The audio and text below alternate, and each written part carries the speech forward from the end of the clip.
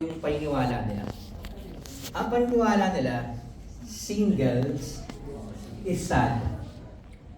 Ako po, paniniwala ko, single should not be sad. Okay, ulitin ko lang po Pag wala po itong ex na to, a lot of people, they equate being single as being sad. Pero ako po, nalagyan ko po ng ex kasi single does not mean you need to be sad. Kasi parang pag single, parang may kulang. Diba? Lagi yung sinasabi. Dapat para maging kompleto, kailangan mag-asawa. Diba po ba? But you will be surprised that in the Bible, that's not actually at times being said. And I'll share to you in a bit. But this statement, single is sad, caught my attention because ako po talaga, believer ako that single is the blessed season. Believer ako na. And I've experienced it. So, lahat ba daw single? I'm assuming na lahat single na. So, kung lahat po kayo single, pwede mo bang sabihin sa katabi mo, uy, bless ka. Sabihin mo. Uy, bless ka! Uy, bless ka!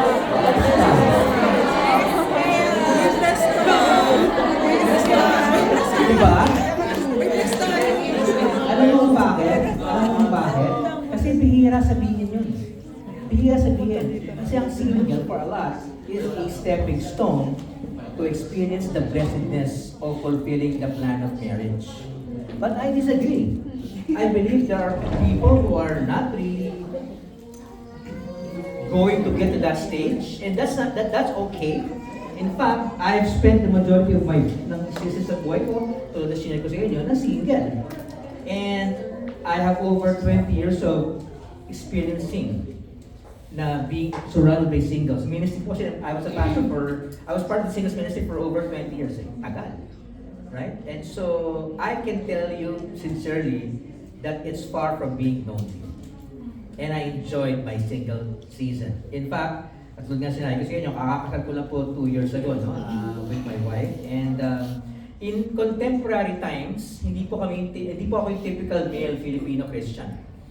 Kasi, ano na ba, I'm 57 and I just got married 2 years ago. Like what I said, my wife is also mature in her age. And so kung titin mo kaming dalawa, hindi po kami typical, kaya sa kakakasal nyo lang. 55 ka na and 50 na yung asawa mo. Normally, ang mga singles at 30, feeling nila pag isa kasal ng 30, end of the world na. Right? Totoo yun. Tinan niyo po kami mag-asawa, tuwang-tuwa po kami ngayon at this stage because we had an amazing single life. Amen. That is the key. Kasi if you're there in single and you're not happy, dadalhin niyo po yun pag may asawa na kayo. And that's why I can honestly say that me and my wife, we were really contented in being single. In fact, akala nga na siya, ako kasi alam ko nagkakasal ako pero siya, alam talaga niya, she was not gonna get married. And so she was preparing to become single her entire life. Hindi niya akala, may darating pa rin.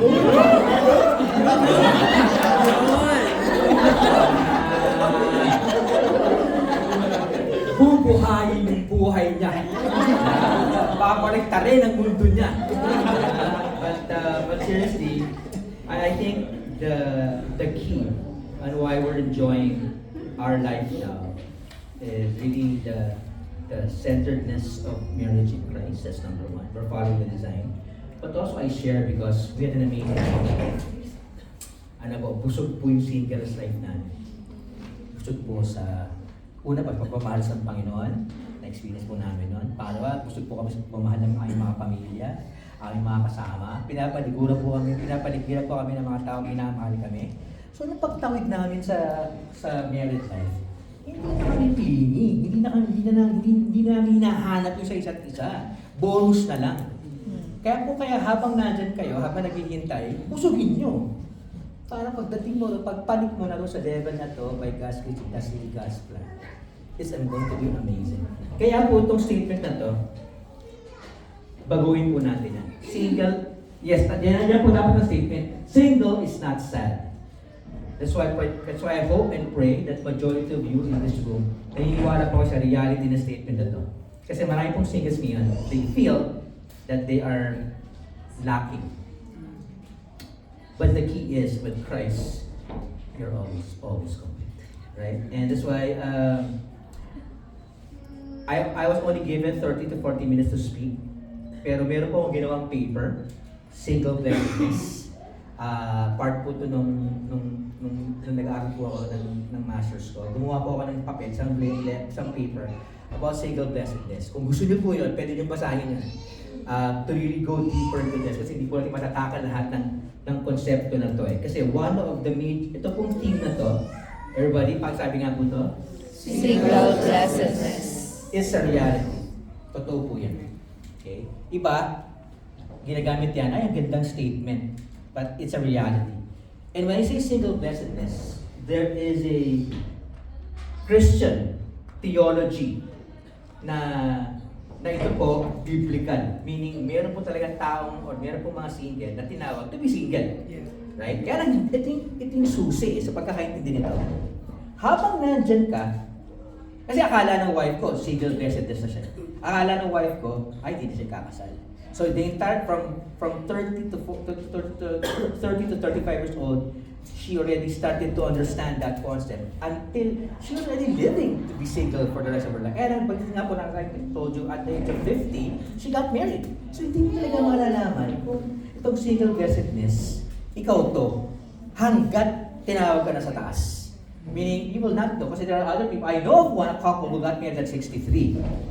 Okay, first marriage po nila at 63. First marriage po namin ni Joy. And so, that is something that I want to share with you. Personally, ako po, I have been trained up and brought up in CCF. Dito po sa simbahan kasi natin, pagpasok ko pala, ang konsepto is, yung single, stepping stone lang yan. Yun ang konsepto na in-ingrain sa akin. Kaya na pag naging singles pastor ako, binago yun. Hindi. Hindi pagka single ka, stepping stone mo yun. Pag single ka, yan na yung season mo ngayon. You gotta enjoy it. You gotta maximize it. Hindi pwedeng yung, ay naku, parang kakasal pa ba ako? Kasi lahat doon yung hinihintay. Pagka doon ka kasi lagi naghihintay, hindi mo mag-enjoy yan. Kasi you always feel that you need to be able to be in a relationship to be able to be complete. But the reality is in Christ, you're already complete. But it is true that habang nandyan ka, nagpe-prepare ka na para pagpanik mo sa next stage is that you will be able to experience. Isa pa po, no? Sa labas, sineselebrate ng married. Hindi sineselebrate ng single. Napansin niyo ba yun? Mas sineselebrate romantic relationships, marriage, pagka makakasal, talagang pinagpe-preparan, parang pag kinasal, dumating ka na rin sa prize. Hindi po yun eh. Also, marriage is celebrated. Pag nanganak, ang isang baby, no? Sineselebrate yan. Pagka may mga family gathering, na-experience nyo rin ba yun? Oo. Kaya ka pa kakasal. Na-experience nyo ba yan? Imagine nyo po, 50 years kung di na yun. Kada family reunion, biglang tinatanong sa akin, o sa nanay ko, o si Igoy, wala pa ba? Kasi ganun eh.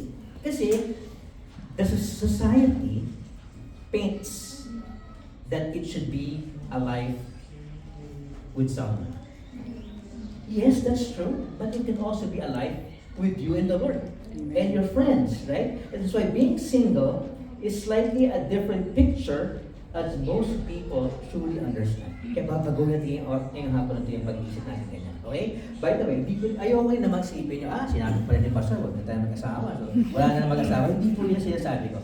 Sinasabi ko, enjoyin nyo muna yung season yan. Kung nasan kayo. Huwag nyo isipin na, shucks, ang lungkot-lungkot ko. In fact, sa simbahan natin, sa CCF, no? Mas marami talagang wala pang asawa. Alam niyo ba yun?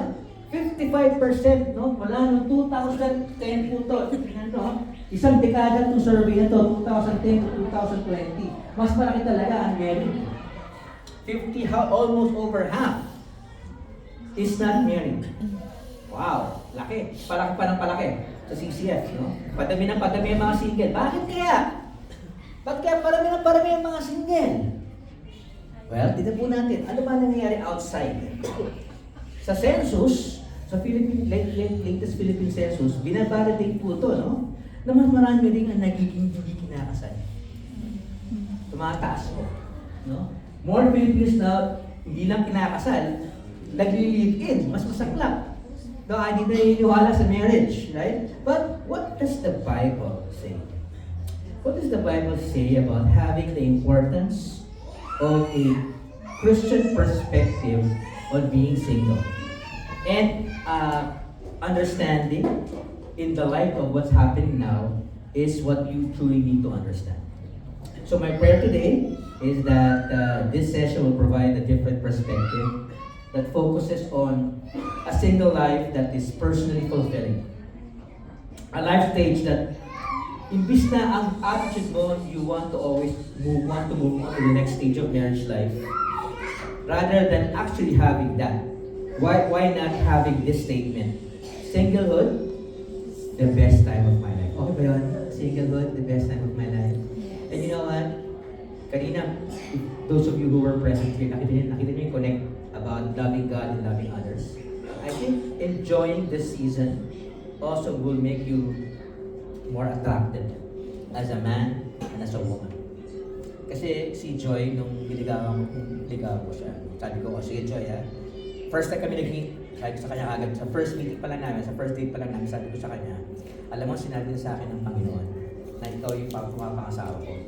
So itong courtship na to, ang pupuntahan ito, marriage, right? Marriage.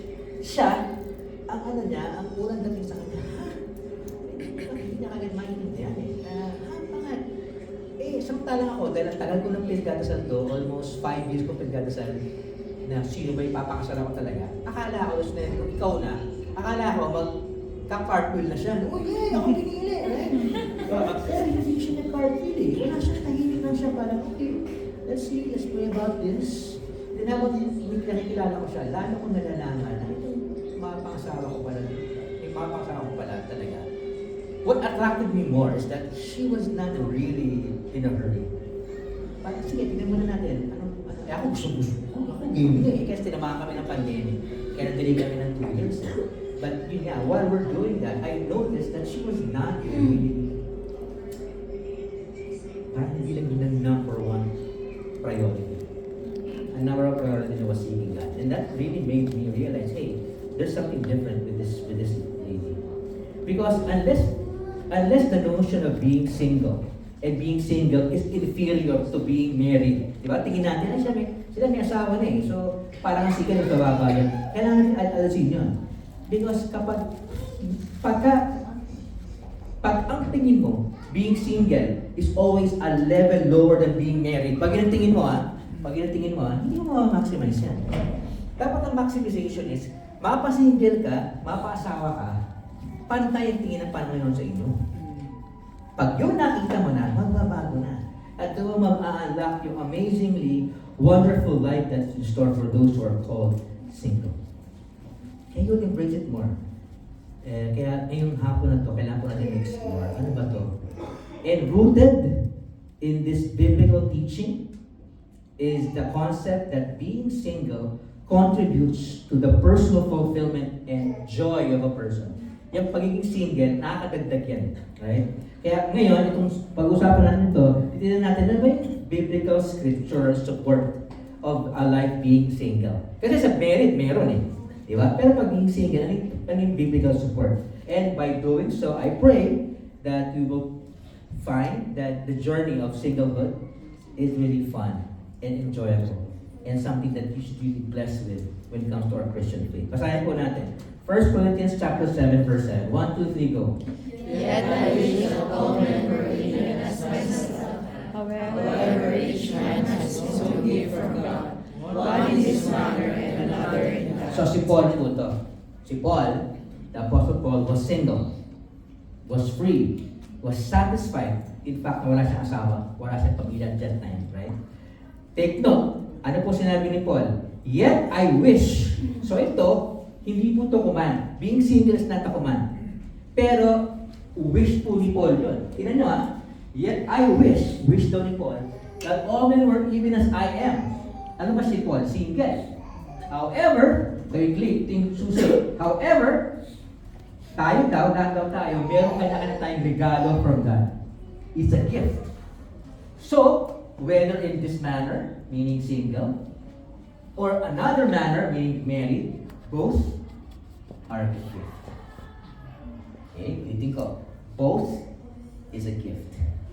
Importante natin maintindihan na kasi bawat isa daw may gift na binigay ng Panginoon. Each one has a gift from God. At in this context, what Paul was referring to was the gift of singleness. Kasi itong chapter na to, chapter 7, pwede usapan ni Paul dito yung pagiging single at pagiging mag-asawa. Okay? The ability to live without someone without being really longing for it. Right?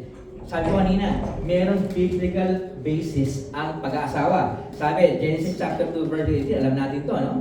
Then the Lord said, "It is not good for the man to be alone. I will make him a helper suitable for him." So, sabi sa Bible, ang plano, hahanapan kayo ng partner. Kaya lang, sinabi rin sa Bible, hindi naman importante, hindi pwede na hindi ka magkakaroon ng partner. Okay, nalilito ba kayo?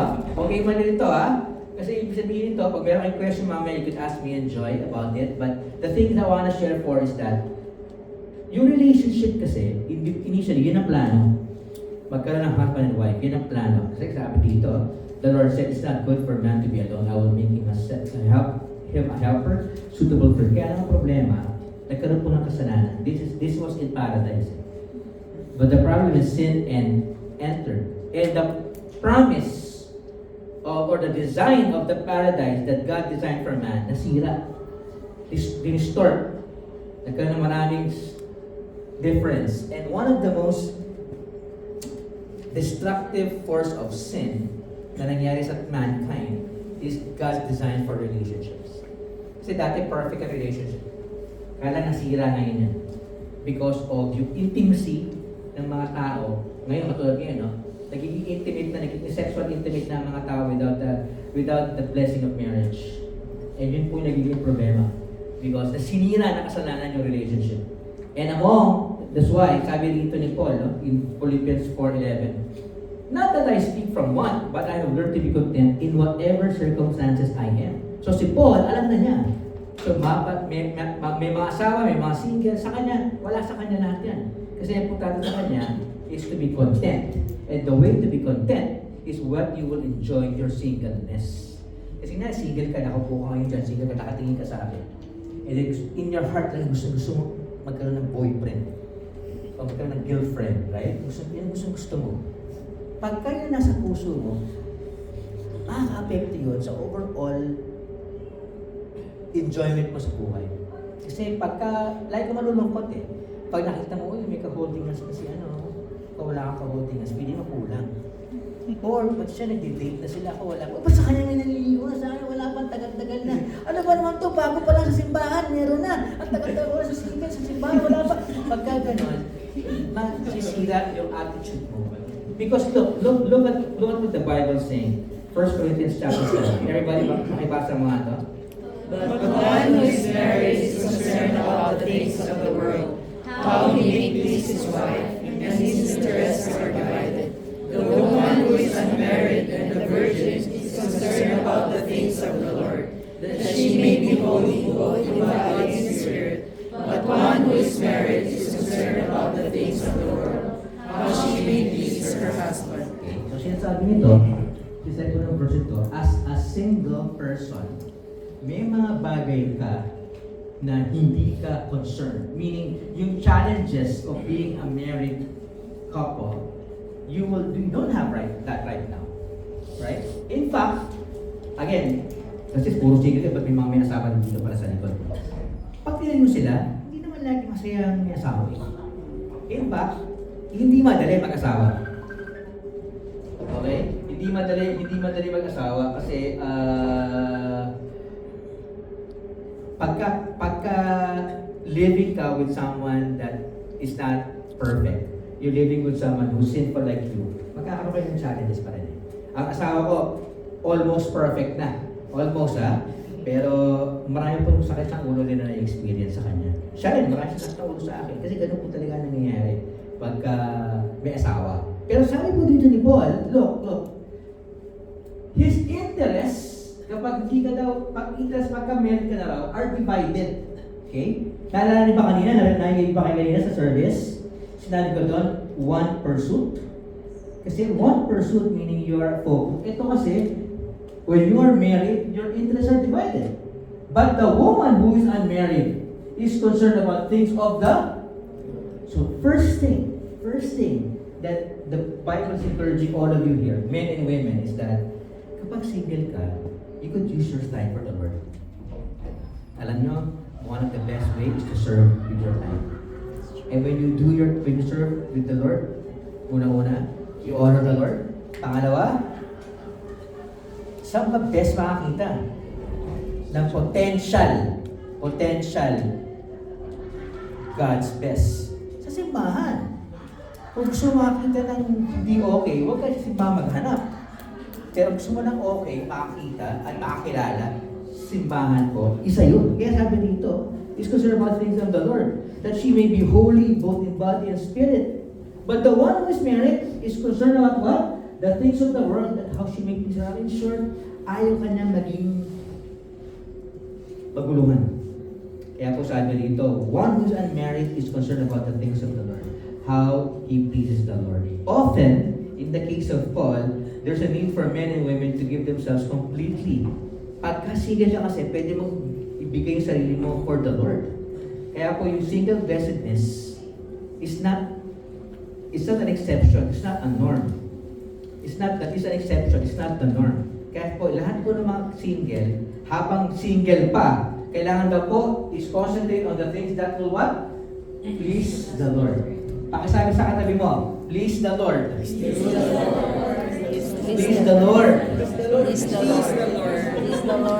Please the Lord. Hindi po please Lord, ha? Please Lord. Please the Lord. Please the Lord. Okay, ito maganda to.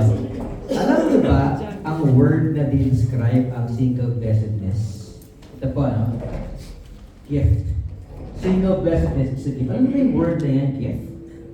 Ang original word po niyan is charisma. Charisma. From charis.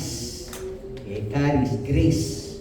Meaning, when you are single, if that's the gift from God to you, that means you will be with grace. Grace. Ano yung ibig sabihin ng grace? Grace is unmerited favor. Hindi mo dapat yan para sa'yo, pero binigay yan sa'yo. Imagine yun, so pagiging single pala is grace. Baliktad iba, pagiging single is being a curse. Hindi po, grace po yan. Kaya po ang grace is a gift from the Lord. And that's why, ang Bible po, sabi dito, expresses that the ability to remain unmarried and to serve God fully is a gift. So, pagka napili ito yung single blessedness ka, kapag naramdaman mo na hindi ka pagkakasal, hindi ka pakakasal, pag naramdaman mo yung contentment doon, it means that you are actually what?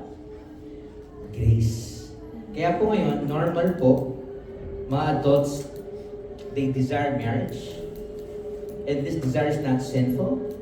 But if that's not being taught to you at this point, I really recommend what the Bible says. Stay contented, being single. It's a gift. At least temporarily. Until katulad nangyari sa amin ng asawa ko, tinanggal. You know?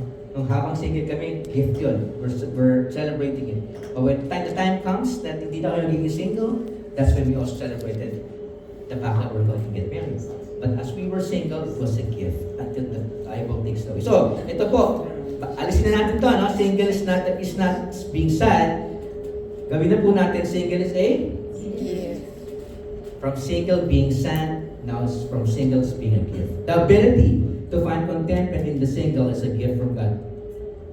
To be single in God's eyes is not better or worse than being married. It's the result of the gift that God gives to specific individuals.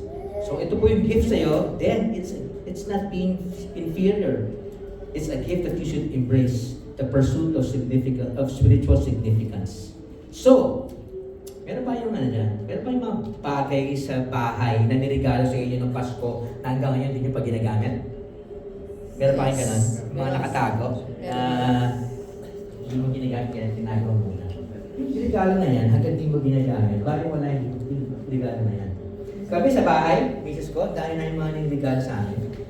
Minsan, hindi na namin nakakalimutan na namin yung regalo. Kasi hindi namin ginagamit. Bakit mo sinasabi yun? Remember, I told kanina. Sabi sa Bible, single blessedness is a gift. Being single is a gift. pag hindi mo ginagamit yung gift na yun, yung regalo na yun, ano tawag doon? Sayang. Sayang. Kaya sabi mo sa katabi mo, sayang ka eh. Sayang Sayang ka eh. Sayang ka. Sayang ka. Gamitin mo yung regalo. Gamitin mo yung regalo. Diba? Sayang. So, single is a gift, then therefore, use it. Singleness is consistently seen as an opportunity to, yung singleness po, opportunity yan to fully devote your time to the Lord. So, kung di po nagsiserve sa Panginoon, sayang. But alam niyo ba, ang CCF, ang number one workforce po ng CCF singles? Kasi meron kayong oras, meron kayong energy, right? Wala naman kayong inaalaga ang bata, wala kayong inaalaga ang asawa, wala pa inaalaga ang mga bagay. So please, use your time. Ito po yan. You represent the 51% of the entire church CCF. You're mobile, energetic, you're passionate to a cause, you have the propensity to actually serve in ministry. Kaya po, use this season, this gift in this season, by having the right perspective. Mas masaya mag-serve sa simbahan. At importante po natin maintindihan, may pangangailangan mag-serve. Dahil ang CCF Japan, nag-i-expand. You know? Kaya po, again, balik ko na po yung kanina sinabi, no? If you want to be free from concern, one who is unmarried, meaning single, is concerned about the things of the Lord. Ulitin mo lang, no? If you're single, how will you please the Lord? So, tanongin mo sarili mo, are you pleasing the Lord? Are you pleasing the Lord? Understanding the gift of being single can be seen as a possible way to avoid distraction and maintain a more focused and spiritual life. Alam niyo po, mga singles, distracted. Pagkasabi sa katabi mo, distracted ka. Distracted ka. Distracted kayo. Alam niyo bakit kayo distracted? Alam mo, ako po, nagsabi ko sa inyo, no, I have been involved in this ministry for over 20 years. Ang napansin ko lang po sa single, lagi silang in pursuit of something new. Lagi in pursuit of something new. Something that can keep them engaged. Kaya palipat-lipat ng activity, palipat-lipat ng mga bagay na gusto gawin na simulan. Yung appetite nyo from jumping from something new is so strong. Bagong interest, right? And as a pastor, as a volunteer in the singles ministry, I have served. Lahat ng mga singles, ganyan, lagi may gimmick, lagi may ginagawa. Pinupulo lahat ng mga activities. Kaya ginagawa natin yan. Kasi bakit? Can I tell you why? Kailangan ba't gano'n ang singles at times? Hindi ko sabi lahat ha. Alam mo bakit gano'n? Bakit ang tendency kailangan lahat pinifeel yung schedule, you feel fulfilled pag busy ka, masyado kang excited pag lahat ng mga oras mo meron kang gagawin. You know why? Can I tell you why? The reason is, perhaps, is because the singles is searching for something that will make them complete. Kaya tuloy lahat ng bago, lahat ng bago, starting mo yan, bago gawin mo yan, bago gawin mo yan, kasi gusto mong i-feel yung buhay mo na maging kontento ka eh. Right? But the thing is, hindi naman complete sa'yo. Only Christ will complete you. Right? And so, yun ang ginagawa mo, na the idea of being complete is defined by something that you put into your... sometimes, no? Huwag na po tayo lumayo. Kasi yung hinaharap ng single is ikasal eh. So hanggang di pa sila kasal, lahat ng mga bagay na gusto nilang kunin para ma-meet yung fulfillment na nakakala nilang dapat about getting married, and they try to fill their schedule with so many things, multiple activities, inadvertently, yung mga dinadagdag nila, nakakagulo. Kaya po itong cluttered lifestyle sa mga singles, yung sobrang dami activity, hindi po maganda yan. Alam mo, sabi nito, tinanong namin ng mga single. Diba, singles pastor ako, nagtanong po kami ng libo-libong singles, tinanong namin, bakit hindi ka nagsaserve? Tinanong namin sa mga singles, bakit hindi ka nagsaserve? Alam mo, sagot nila, ito, business gets in the way in serving the Lord. Busy. Kaya ayaw mag-serve. Ayaw maging part ng small group, ayaw maging big group leader, ayaw mag-serve sa simbahan, kasi busy. Kaya lang, if you have the right attitude, kung tinuturuan ng tama ang singles, kung minimentoran ng tama ang singles, you'll be able to maximize this goal. Isa pa pong bagay na kailangan ko i-share sa inyo about purpose, about contentment, about maximizing singlehood, about really enjoying this life stage.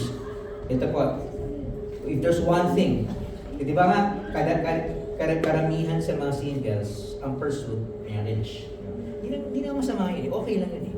Pero pag yun na naging priority mo sa lahat, yun ang mali, right? Kasi bakit? Kasi po, marriage is not the mission. The mission is discipleship. Yun po sinabi sa salita ng Panginoon. And so if you're not discipling, you're not being part of a small group, you're not going out of there and sharing Jesus with your people and your friends, then you are not really fulfilling the season in your life. Okay? At this point, I wanna call my wife to share her testimony to you and to tell you more about how she maximized her being single. So can we please welcome my beautiful wife, Joy Daniela.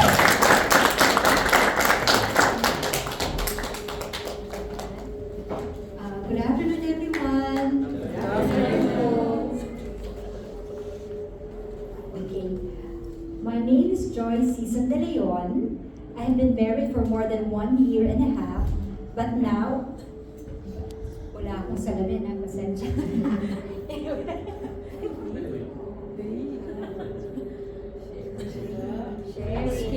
Sharing scary.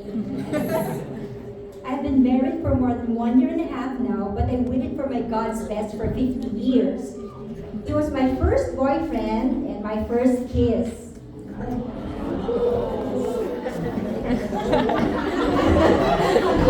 Pwede pala na, girls.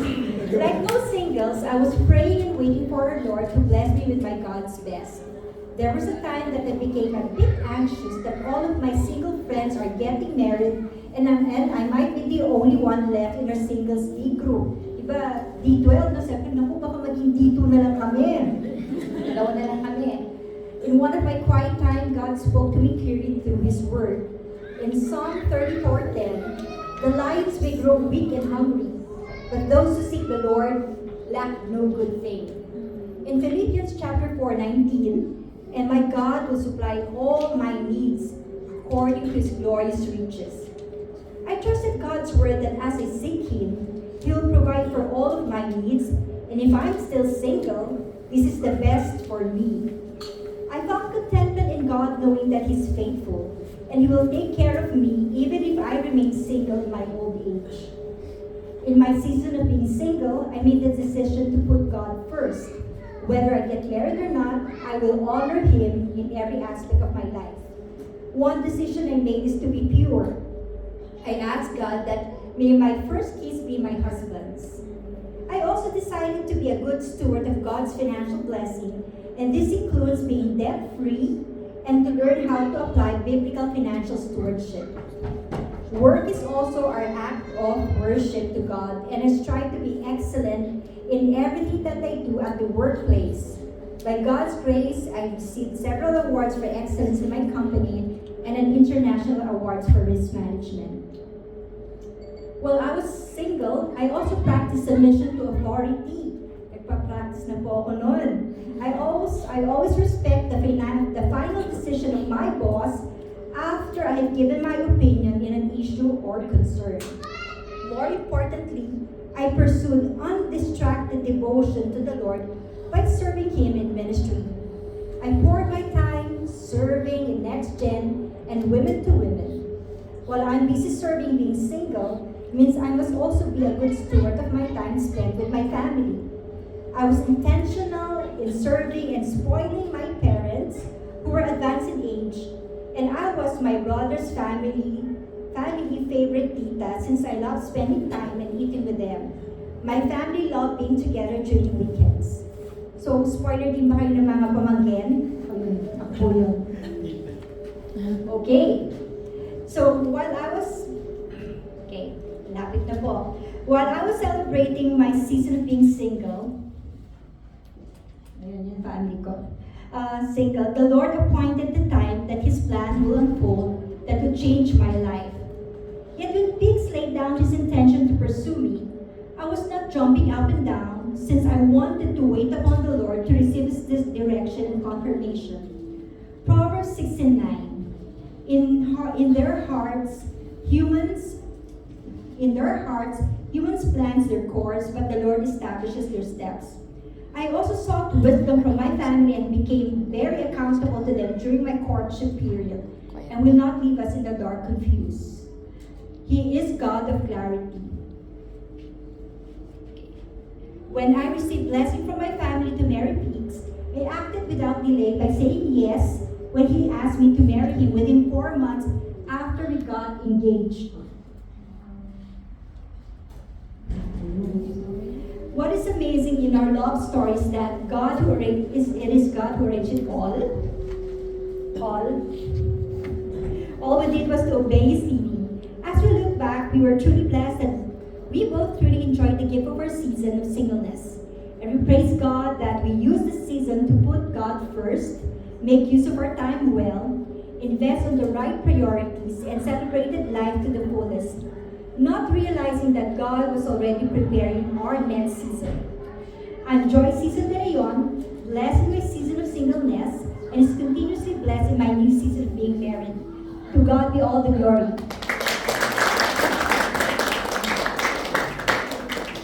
Yan ang mga asawa, pati sa lamin, sinishare.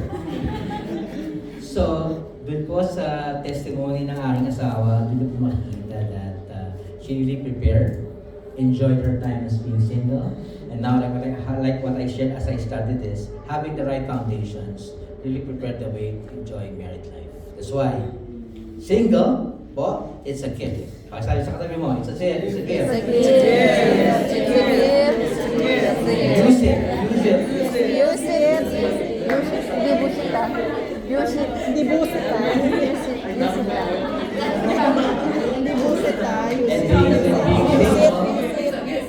And being single is being blessed. Okay, let me close in this last remaining slides. No? Marami pong single. Ano po maraming single sa Bible? Maraming single sa Bible. And because single is a calling, kaya po, hindi na ngayon season lang ang being single. It's actually a calling. Being a single is a calling. One factor that supports that single is a calling is the presence of several biblical characters who were unmarried, who were not married. Even though it was, alam ba during the Old Testament, during the times ng Bible, pag wala kang asawa, hindi maganda. Noong time na yun, it was really, the culture then was frowned upon of being single. It's being frowned upon. That's why God used many singles in His purpose. He used Elijah. He used Jeremiah. Of course, He used Daniel. These are prophets in the New Testament. These are notable singles. Marami pa, hindi ko na nilagay dyan. It's John the Baptist, single. Of course, the ultimate single is Jesus Christ. That is the ultimate. And one of my favorite biblical characters, Paul, the Apostle Paul, single din yun, right? Timothy. Again, all of this, you would understand. Pag tinignan mo yung mga single niya, pinag-aralan mo yan, pinag-aralan mo yung mga single niya. Isa yung common trend sa mga single na yan. Ginamit sila ng Panginoon. Mightily. Bakit? Ba't sila ginamit ng Panginoon mightily? Number one, they can travel anywhere. Highly mobile. Diba? Padala ka doon, punta ka doon. Punta ka doon. Attend ka dito, attend ka doon. Okay? And these characters were also used when you study them. When you also study these singles, like ito mong tatlo to, pag pinag-aralan yung mga single na to, grabe yung ministry ng mga single na to, mahirap. It was a very difficult ministry. And that's why I realized that perhaps bakit sila binigyan ng mga bigat na ministry is because kung meron silang asawa, kung meron silang anak, mas mahirap yung calling na gagawin. And so as singles, you might be called to do something that's not easy. Like when I was a single, I was really blessed because the Lord called me into many activities that I know I could have only done if I was single back then. And I pray that this is something that the Lord will place upon your hearts. How can you maximize your singlehood? How can you really devote yourselves in the calling? And how can you reinforce the argument that singleness can truly be a blessing? It can only be a blessing, I guarantee to you, it will be a blessing if you devote it for the Lord. If you devote it for the Lord, if you really have undistracted attention towards serving the Lord, then in the process, your life will be significant and your life will be fulfilled. So ano po yung title ng ating message today? Singlehood was the best time of my life. Let me summarize here.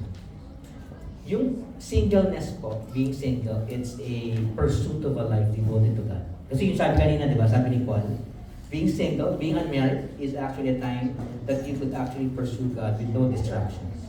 And that's why the need for all of you to have undistracted devotion to the Lord is of critical importance. Kasi, ang lifestyle po ng single, cluttered. Maraming gustong gawin sa buhay. Kaya, mostly, wala pong prioritization. And it's a barrier. That's a barrier for really enjoying your season. Kaya po kailangan nyo i-redirect yung buhay at attention nyo. Kailangan nyo pong i-understand that yung season nyo ngayon yan, blessing yan. And the need to examine how it is to really fully maximize it. And the way to fully maximize it is to live a life that is devoted to the Lord. And also understand that it is a calling. So as I close, again, I'd like to remind that the biblical approach to single blessedness is something that is biblical, is something that is a valuable choice for you. It is something that will allow individuals to commit your time, your talent, your treasure, your life in fully serving God and having that undistracted attention. And I tell you, once you pursue God, once you truly pursue Jesus and experience Jesus more and more in your life, the more you will feel contented, the more you will not be longing, the more you will not be looking, mabibigla ka na lang. Nandiyan lang pala sa tabi. Ganun yung misis ko. Hindi ko naman hinahanap, dumating. Ganun din ako sa kanya, hindi na ako hinahanap, dumating na lang. Pero dumating po, wala pong kaduda-duda that it was the Lord that brought us together. So let me close on this. Psalm 27 verse 4. Psalm 27 verse 4 says, "One thing I ask from the Lord, this only I seek, that I may dwell in the house of the Lord all the days of my life, to gaze in the beauty of the Lord and to see His temple." Psalm 27 verse 4. I pray that you would truly enjoy this season in your life right now while waiting. And when the Lord says, hey, it's time for you to go to the next level, the next stage, then you would be ready, and you will be contented, and you will be fulfilled. Can I pray for all of you? Lord Jesus, I thank you for these men and women that are here. I pray that as being singles, that they would really celebrate this season. And though while marriage is biblical, you clearly told us in scriptures today that you also recognize the benefits of being single and those who are called to live a life of blessedness, of single blessedness. And so I pray for every one of the people that are here, that whatever the calling that you have put, that you would put in their hearts, it is the calling that they would seek your presence more. Because help them understand that in your presence are forevermore. That in your presence, O Lord, is something that cannot be replaced by a person, by a relationship, or by a status. And I pray that as they continue to seek you in your presence, that you will allow them to celebrate the season, that you will use their undistracted attention in serving you and honoring you, becoming more and more like you. And last, I pray that this short message this morning, this afternoon, spoke to them about what it is that you want them to hear. And may they be have been encouraged together with the service this morning and truly what you place upon them. We thank you again and we praise you. Please, Lord, allow them to enjoy singlehood. Allow them to celebrate this season and allow them, more importantly, to grow in glory of you, to honor you, and to become more and more like you by your mercy and by your grace. We thank you and we praise you, O Lord, as we lift up to you all of these things. In Jesus' name, and God's people said. Amen. Thank you, everyone.